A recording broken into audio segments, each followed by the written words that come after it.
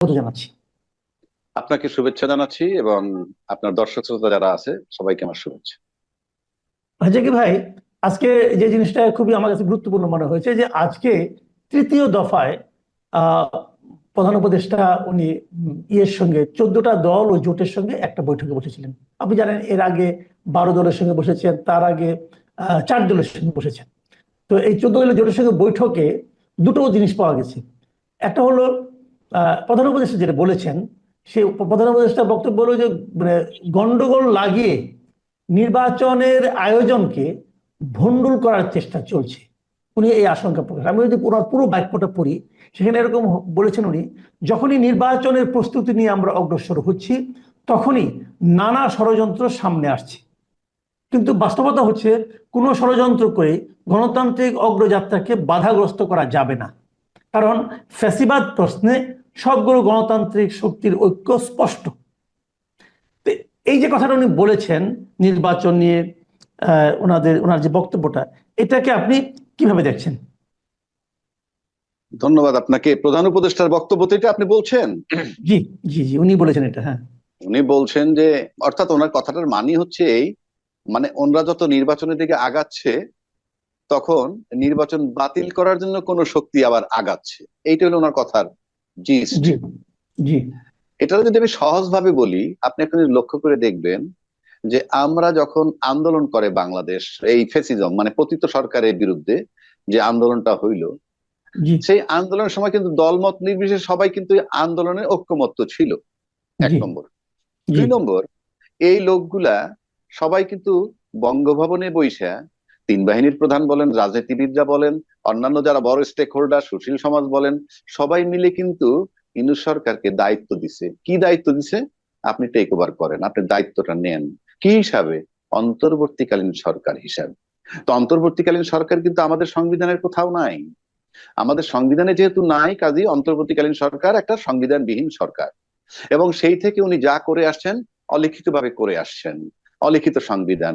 কেউ কেউ বলেন, উনি তো যখন ওত নিছেন তখন বলছেন কি, যে এই সংবিধান সমুন্নত রাখবো। অর্থাৎ উনি বলছেন যে আমি তত্ত্বাবধায়ক সরকারের প্রধান হিসাবে এই অঙ্গীকার করিতেছি যে সংবিধানকে সমুন্নত রাখবো। এবং তত্ত্বাবধায়ক সরকার, অন্তর্বর্তীকালীন সরকারের প্রধান হিসাবে তো সংবিধানই নাই, কিন্তু উনি ওত নিছেন। কোন সংবিধানের সমুন্নত রাখবেন? অলিখিত সংবিধান। যেই সংবিধান ইউনূস সাহেব করবেন সেটাই সংবিধান। আজকে পর্যন্ত উনি অলিখিত সংবিধানে আছেন। এখন আসেন নির্বাচনের কথা, আপনার সিম্পল শর্টকাট করে দিলাম। বাংলাদেশে এখন পর্যন্ত লিখিত সংবিধান নাই, অন্তত এই সরকারের কাছে, যেহেতু সে অন্তর্বর্তীকালীন সরকার। এখন নির্বাচনের কথা বললেই একটা শক্তি আগে আসে যাতে নির্বাচন বানচাল হয়ে যায়। সেটা কেন? কি কারণে? আপনি আমাকে বলেন। বঙ্গভবনে যখন দলমত নির্বিশেষে সবাই যখন ক্ষমতাটা তাকে বুঝাই দিল ফেসিজমের বিরুদ্ধে, এবং ফেসিজমের বিরুদ্ধে যারা আন্দোলন একসাথে করছে, সেখানে যদি আপনি বড় স্টেক হোল্ডার ধরেন রাজনীতিতে, তাতে আপনি পরিষ্কারভাবে বোঝা যায় সবচেয়ে বড় ভাই যিনি আছেন নির্বাচন হলেই ক্ষমতায় যাবে। তারপরে যদি মেজো ভাইজানের কথা বলেন, মেজো ভাই কিনি কি, যিনি সংখ্যানুপাতে নির্বাচন চাচ্ছেন। আর যদি ছোট ভাইদের কথা আসেন, তারা বলতেছে সংস্কার, জুলাই চার্টার, তারপরে বিচার, তারপরে নির্বাচন। প্রশ্ন হচ্ছে, ফেসিজমের বিরুদ্ধে এই তিনটা শক্তি যখন ইউনাইটেড ছিল, একত্রে ছিল, তাইলে ফেসিজমের বিরুদ্ধে এই তিনজনের ভিতরে সবচেয়ে বেশি প্রেম হওয়ার কথা। অর্থাৎ ডিপ্লোমেসির ভাষায় বলে, enemies enemy is my friend. অর্থাৎ আওয়ামী লীগের শত্রু এনসিপি, আওয়ামী লীগের শত্রু জামাত, তাহলে সেই হিসাবে আবার আওয়ামী লীগের শত্রু বিএনপি। কেন বিএনপি? কারণ বিএনপি 16 বছর যাবৎ নির্যাতিত হয়েছে। সেই হিসাবে এই তিনটা দলের মধ্যে, এই তিনটা দল যদি আমি একত্র করি, একটা দল জোট বানাই, তাহলে এটা ভিতরে যে ইউনিটিটা থাকার কথা ছিল, সেই ইউনিটিটা নাই। রাদার উল্টা দিকে আমরা দেখতেছি কি, গোপালগঞ্জে যখন এনসিপি গেল, তখন ডাল সুরকি পিস্তল আর অস্ত্র নিয়ে আওয়ামী লীগ তাদেরকে তাড়াইলো। পাশাপাশি এদিকে আর একটা স্লোগান উঠলো, জামাত শিবির, কি জামাত শিবির রাজাকার, এই মুহূর্তে বাংলা ছাড়। এবং এই যে একটা পতিত শক্তি আর অন্য শক্তি যেটার কথা বলছি, এরা কিন্তু সময়ের ব্যবধানে দুই পক্ষই জামাতকে সাথে নিয়ে একটা জায়গায় গেছিল নির্বাচনের। সুতরাং আপনি যখনই রাজনীতিবিদরা যে কোনো কর্মকাণ্ড করে তখন বলে রাজনীতিতে শেষ বলতে কিছু নাই, আর আপনি আমি 9-6 করলে কিন্তু এটার কৈফিয়ত দিতে হয়। রাজনীতিবিদদের বেলায় এগুলো মাপ। তো আপনার যেখানে শত্রু শত্রু আমার বন্ধু হওয়ার কথা, সেখানে শত্রু শত্রু আমার শত্রু হয়ে গেল। তাহলে তো আমার একটা সন্দেহ হয়। কারণ এই যে বিষয়গুলো রয়েছে, ইউনূস সাহেব যদি 3-4 দিনের মধ্যে ডেট দিবে বলছে, আপনি মোটামুটি নিশ্চিত থাকতে পারেন উনি যত তাড়াতাড়ি নির্বাচনের ডেট দিবে ঠিক তত তাড়াতাড়ি ওই শক্তিগুলা নির্বাচন বাতিল করতে আসবে। কেননা তারা বলতেছে সংস্কার বিচার এবং জুলাই চার্টার না হয়ে নির্বাচন করতে দিব না। আর সংখ্যানুপাতে যারা নির্বাচন চায় তারাও বলবে যে আমরা নির্বাচন করতে দিব না। সুতরাং ইউনূস সাহেব যদি আগামী 5-7 দিনের মধ্যে নির্বাচনের তারিখ দেয়, গন্ডগোল আগামী 5-7 দিনের মধ্যে রওনা দিতে পারে, শুরু হইতে পারে। যদি 3 মাস পরে দেন, তাহলে 3 মাস পরে গন্ডগোল হবে, এ ব্যাপারে আমার কোনো ডাউট নাই। এবং এতে লাভ কার? আপনি যদি নির্বাচন বাতিল হয়ে যায়, তার মানে একটু আমি থামাচ্ছি। তার মানে আপনি বলতে চাচ্ছেন যে নির্বাচনের তারিখ ঘোষণা করলে যারা নাকি এই যে মেজো ভাই ছোট ভাই আছে ওনারা গন্ডগোল ইনিশিয়েট করবেন। হ্যাঁ, ডেফিনেটলি। কারণ তারা তো বলতেছে আমরা সংখ্যানুপাতে চাই, তারা তো বলতেছে আমরা সংস্কার জুলাই চার্টার বিচার চাই, এটা তো আমার বানানো না। তো ওরা যদি বলে যে এইগুলা করতে হবে, আপনি কি করবেন? ফর এক্সাম্পল, আপনি কি করবেন? ওটা আপনি আমি কথা বলতেছি আমাদের স্বাধীনতা নিয়ে, ওরাও তোদের স্বাধীনতা নিয়ে চলবে। কারণ আপনি জুলাই চার্টার না করলে 70 বছর বয়সে তার মৃত্যুদণ্ড হইতে পারে। So they have to ensure their life. এবং তারা যে কর্মকাণ্ডটা করছে সেটা তো সবাই একসেপ্ট করছে। সবাই একসেপ্ট করলে স্বীকৃতি পাবে না কেন? আপনি দেন বা না দেন এটা আপনার ব্যাপার, পাবে না কেন? সিম্পল। আচ্ছা ঠিক আছে, এখন আপনি বলেন তার গন্ডগোল হলে তারপরে কি হবে? এখন আসেন লাভকার ক্ষতিকার।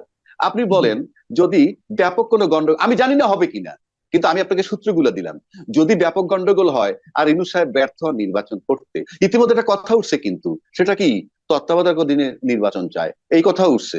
আপনি তর্কের খাতিরে ধরে নিলাম ইউনূস সাহেব যদি চলে যায় কোনো কারণে এই গন্ডগোলের ইস্যু করে, এই গন্ডগোলের ইস্যু করে যদি চলে যায়, নির্বাচন বাতিল হয়, তাহলে গেইন করবে কে? গেইন করবে পতিত সরকার।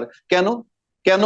ইউনূস সাহেব যদি নির্বাচন না দিয়ে চলে যায়, তাহলে কোনোভাবে তৃতীয় পক্ষ যেই আসুক, প্রত্যক্ষ বা পরোক্ষ ভাবে, সে তো পতিত সরকারের লোকই। আপনি আনেন না, সেট করেন, কাকে সেট করবেন? আপনি দেখেন না, মিলান না, কাকে মিলাইবেন? কার কাছে ক্ষমতাটা দিবেন? সে পতিত সরকারের, প্রত্যক্ষ না হোক পরোক্ষ ভাবে। 1, 2, ক্ষতিগ্রস্ত কে হবে নির্বাচন যদি বানচাল হয়? পরোক্ষ ভাবে যদি পতিত সরকারের কোনো লোক এসে টেক ওভার করে এবং 2-3 বছর কাটায় দেয়, তাহলে যারা নির্বাচন করলেই বিজয় লাভ করবে বড় ভাইরা, তাদের লোকসান হয়ে যাবে। সুতরাং বড় ভাইদের নৈতিক দায়িত্ব নির্বাচনটা কেমনে আদায় করবে?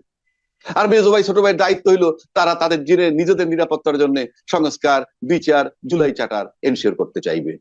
সুতরাং ইউনূস সাহেবের নির্বাচন ডেট দিলেই আপনি নির্বাচন পেয়ে যাচ্ছেন তা কিন্তু নয়, বরং নির্বাচনের ডেটটা দিলে পরেই ওই গন্ডগোলটা নিকটবর্তী হয়ে যায় বলে আমার কাছে মনে হয়। এখন আমি অন্য একটা প্রসঙ্গে আসি, এই প্রসঙ্গটি আসলে শেষ প্রসঙ্গ, আজকে বেশি লম্বা করতে চাই না। সে প্রসঙ্গটা হলো যে গোপালগঞ্জে যে কদিন আগে নাগরিক পার্টি সমাবেশকে কেন্দ্র করে হামলা সংঘর্ষ হলো, প্রাণঘাতী মতো ঘটনা ঘটলো, সেই ঘটনার পর কদিন আগে 11 জনের একটা নাগরিক পর্যবেক্ষণ দল সেখানে গিয়েছিলেন। এই দলে ছিলেন শহীদুল আলম, ঢাকা বিশ্ববিদ্যালয়ের শিক্ষক সামিনা লুৎফা, মুশাহিদা সুলতানা, রুশাদ ফারুকী, আইনজীবী সারা হোসেন, মঞ্জুর আল মতিন, সাংবাদিক তাসনিম খলিল, শিল্পী বিথি ঘোষ, লেখক ফিরোজ আহমেদ, অধিকার কর্মী নাফিউল আলম। এছাড়া একজন সাংবাদিকও ছিলেন যিনি তার নাম প্রকাশ করতে চাননি। এই 11 নাগরিক ওখানে দেখে এসে মন্তব্য করেছেন যে সেখানে যে প্রাণঘাতী অস্ত্র ব্যবহার করা হয়েছে, এই অস্ত্র ব্যবহারের কোনো যৌক্তিকতা তারা পাননি। এবং তারা এটাও বলেছেন যে এই ঘটনায় মানবাধিকার লঙ্ঘন ও অতিরিক্ত বল প্রয়োগ ঘটেছে কিনা তা যাচাইয়ের জন্য নিরপেক্ষ ও গ্রহণযোগ্য তদন্তের জন্য তারা সরকারের কাছে দাবি জানিয়েছেন। আপনি কি বলবেন? ধন্যবাদ আপনাকে। এটা হলে আমি শুনুন, প্রথম কথা হইলো গোপালগঞ্জে গেছে আর আপনি ঢাল সুরকি নিয়ে আসছেন। গোপালগঞ্জ কি মঙ্গল গ্রহে না বাংলাদেশের ম্যাপের মধ্যে? আমি যাব, আমার নাগরিক অধিকার। আমি মিছিল করতে যাই, মিটিং করতে যাই, সেটা ভিন্ন কথা। আমি যাব, এটা আমার নাগরিক অধিকার। আপনি যে লাঠি সুরকি সবকিছু নিয়ে আসলেন, এখন পর্যন্ত ম্যাজিস্ট্রেসি পাওয়ার নিয়ে যখন রাস্তায় আর্মি আছে, কি উদ্ধার হয়েছে? কোন অস্ত্রগুলো উদ্ধার হয়েছে? ওখানে তো সশস্ত্র লোক আমরা দেখছি, সশস্ত্র লোকও দেখছি, তো এটা উদ্ধার হইলো না কেন? প্রশ্ন হচ্ছে, আপনি বোধহয় জানেন যে 17 জুলাই থেকে বাংলাদেশের মানবাধিকার মানবিক জাতিসংঘের মানবাধিকার কমিশনের কার্যক্রম বোধহয় অফিসে শুরু হয়েছে। সুতরাং এটা তার পার্ট। সুতরাং বাংলাদেশে আর ওই কায়দায় কেউ অস্ত্র যতই শো করেন, এটা আন্তর্জাতিক বাজারে কিভাবে একসেপ্ট করবে সেটা একটা ব্যাপার। এবং আওয়ামী লীগ কিন্তু আবার বুঝাই দিছে যে তারা কিন্তু একেবারে বসে নেই, সুযোগ পেলেই যে তারা ছবল দিবে সেটাও তারা বুঝাই দিছে। এটা হলো সিম্পল কথা। তবে আরেকটা কথা আমি আপনাকে বলি, যে কোনো ভাবে, যে কোনো ভাবে, যে কোনো গন্ডগোলের মাধ্যমে কোনো কারণে যদি ইউনূস সাহেব চলে যায়, তাহলে কিন্তু বাংলাদেশে পরবর্তীকালে নির্বাচন হবে কি হবে না, কিংবা হলে কি না হলেই কি, এবং এখানে মারামারি কাটাকাটি হলেই কি, আমার কাছে মনে হয় না কোনো শক্তি তাকায় দেখবে। এই কারণে, কারণ ইউনূস সাহেবের রিমুভালটা যে শক্তির কাছে জরুরি, সেই ইউনূস সাহেব যদি চলে যায় তখন তারা দম ছেড়ে বাঁচবে, এবং তারপরে যা খুশি তাই হোক। সুতরাং আমি মনে করি ইউনূস সাহেবকে রেখে যদি আপনি নির্বাচন নিতে পারেন সেটা লাভ। আর ইউনূস সাহেব যদি চলে যায়, আপনি মনে করেন না XYZ যেই আপনি কামাল বাইরে তাল দেখ বা রাজ্জাকি সাহেবের তাল দেখ, ইউনূস সাহেব চলে যাওয়ার পর কিন্তু কেউ কারো দিকে তাকায় দেখবে না। কারণ যে শক্তিটার কাছে প্রথম নৈতিক হিসাব হইলো ইউনূস সাহেবের রিমুভাল দরকার, সেই ইউনূস সাহেব চলে গেলে কিন্তু আজকে যারা ইউনূস সাহেবরে নির্বাচনের নামে সরানোর জন্য যারা চিন্তা করতেছেন, সেই ইউনূস সাহেব যে কোনো ভাবেই যদি সরে যায়, নির্বাচন ছাড়াও আপনি নির্বাচন অনিশ্চিত হইলেও ওই শক্তি আপনাদের দিকে ফিরে তাকাবে না। তার মানে এটাও আপনি বলতে চাচ্ছেন ইউনূস সাহেব চলে গেলে দেশে একটা অরাজক পরিস্থিতি তৈরি হবে? এটা হবে কি হবে না যায় না, কেননা ওই যে আপনি ওই যে ইউনূস সাহেব চলে গেলে যদি আপনি নির্বাচন কিভাবে করবেন? কারণ উনি যদি গন্ডগোলেই চলে যান, ওই যে আমার সংস্কার লাগবে, বিচার লাগবে, জুলাই চাটাল লাগবে, সংখ্যানুপাতে নির্বাচন চাই, এটা আপনি ঠেকাবেন কি করে? আর ওই আবার আগের মতো গুলি দিয়ে থামাবেন? পারবেন না। এখানে হিউম্যান রাইটস এর অফিস বসছে, তর্কের খাতিরে বলছি। সুতরাং আপনি, it is not so easy. সুতরাং আমি যদি ইউনূস সাহেবের রিমুভাল চাই, যেমন আমি মাসুদ কামাল সাহেবের রিমুভাল চাই, এখন মাসুদ কামাল সাহেবের রিমুভাল হওয়ার পর আমি খুশি হয়ে গেলাম, আরো গন্ডগোল হলে আমার কি আসা যায়? আমি তো মাসুদ সাহেবের রিমুভাল চাইছি। ইউনূস সাহেবের রিমুভাল যারা চান, ইউনূস সাহেব যে কোনো ফর্মে যদি চলে যান, এবং উনি কিন্তু কালকে আগস্ট মাসের শুরুতে যদি নির্বাচনের তারিখ দেন, উনি সেপ্টেম্বরেও চলে যেতে পারেন যদি পরিস্থিতি তাকে পারমিট না করে।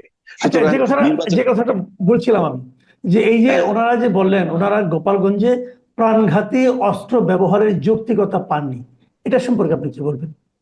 এই যে তার মানে প্রাণঘাতী অস্ত্র ব্যবহার হয়েছে কিন্তু যৌক্তিকতা পাননি, এই তো কথাটা। যৌক্তিকতা পাননি, অফকোর্স যৌক্তিকতা নাই, নাই। আপনি কেন নামবেন এটা নিয়ে? আমি আমার বাংলাদেশের একটা জেলায় যাব, আপনি এইটা নিয়ে আসবেন না, তারা কিন্তু এই প্রসঙ্গে বলেন নাই। প্রাণঘাতী অস্ত্র প্রয়োগ করেছে তো সেনাবাহিনী অথবা আর্মি, মানে আইন শৃঙ্খলা রক্ষাকারী বাহিনী। মারা যায় গেছে 5 জন, এরা তো আইন শৃঙ্খলা রক্ষাকারী বাহিনীগুলিতে মারা গেছে। ওনারা এই প্রসঙ্গে কথা বলেছেন। যদি এই প্রসঙ্গে বলে থাকে, অফকোর্স প্রশাসন, এটা কে মারছে এখানে কিন্তু পরিষ্কার আমরা দেখছি, যারা মিছিল মিটিং নিয়ে গেছে বা মিছিল করতে গেছে তাদের কাছে কোনো অস্ত্র ছিল না। অস্ত্র ছিল কার কাছে? গোপালগঞ্জের লোক নিয়ে আসছে আর প্রশাসনের কাছে।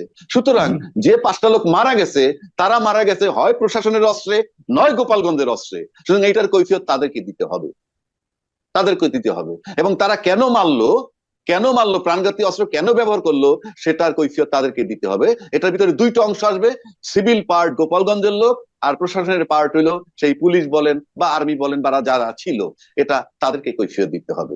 এই ঘটনাকে কেন্দ্র করে গোপালগঞ্জে 5,400 লোকের বিরুদ্ধে মামলা হয়েছে, কিন্তু এই 5,400 লোকের মধ্যে তো আর্মি অথবা পুলিশ তো নেই। হ্যাঁ, আপনি কি প্রশাসনের বিরুদ্ধে কখনো মামলা হয় বাংলাদেশে? আপনি আমি বলি, আপনি কখনো যদি মামলা করতে যান, বা পুলিশ ইনফরমেশন দেন যে ভাই এখানে একটা ডেড বডি পড়ে আছে, আপনি একটা মামলা করেন, সে কি বলবে জানেন? তার আত্মীয় স্বজন কি আছে ডাকেন।